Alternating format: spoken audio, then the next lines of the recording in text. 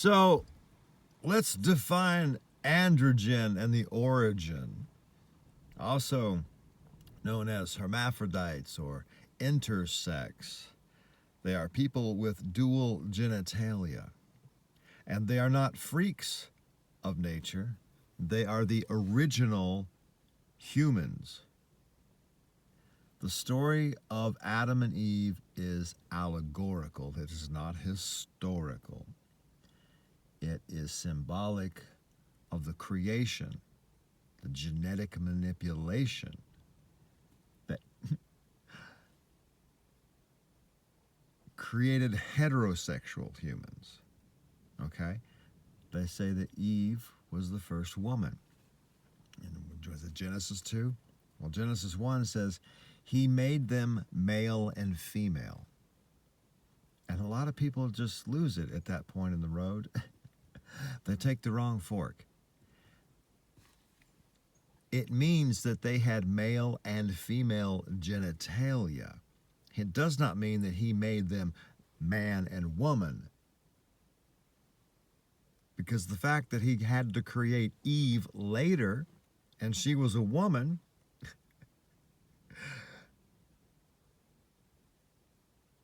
makes that impossible. All right? If he made a man and woman in Genesis 1, he didn't need to make another woman.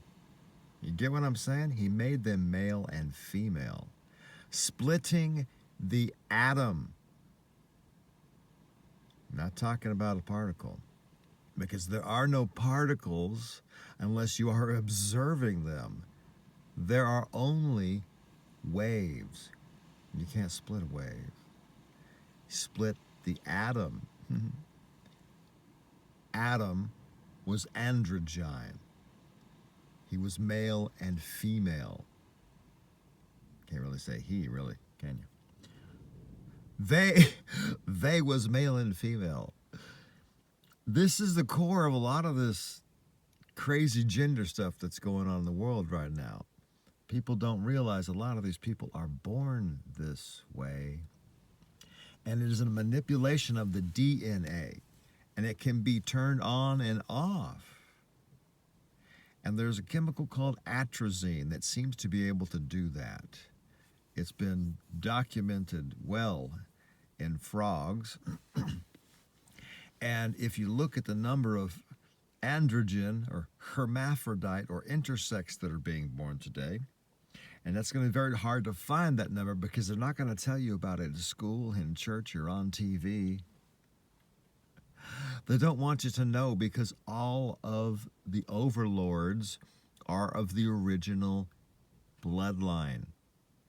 They are androgen. Look at all the first ladies, and you will see they also look like lads. Once you see enough of them and realize who they are, they're easy to spot.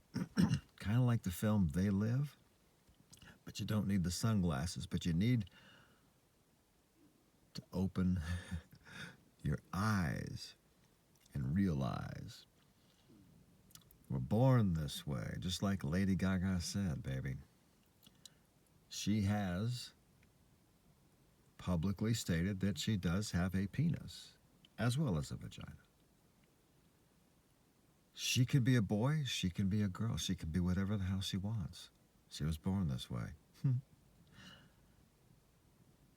And there's a lot of others. You know, the court case with Harvey Weinstein, it was said that he had a vagina in addition to a penis and no testicles. And when the judge asked him if that description was accurate, he said it was perfect. There are many variations of the genitalia. Some are self-replicating. Some can have their own babies. And some can't. And, yeah. So, I just thought I'd share that information with people that are raging against the transgenders and all this stuff. There is more than two genders, honey. And the heterosexuals are a subspecies. They're a genetic modified biological android, if you want to say. They're very much just like that. They can be programmed and and they will do what they are programmed to do. And those programs are beliefs that are instilled. They're like apps that are installed in your phone. Once you believe one way, you will act and react in accordance to that belief. It's a programmable mechanism. Anyway, have fun with that.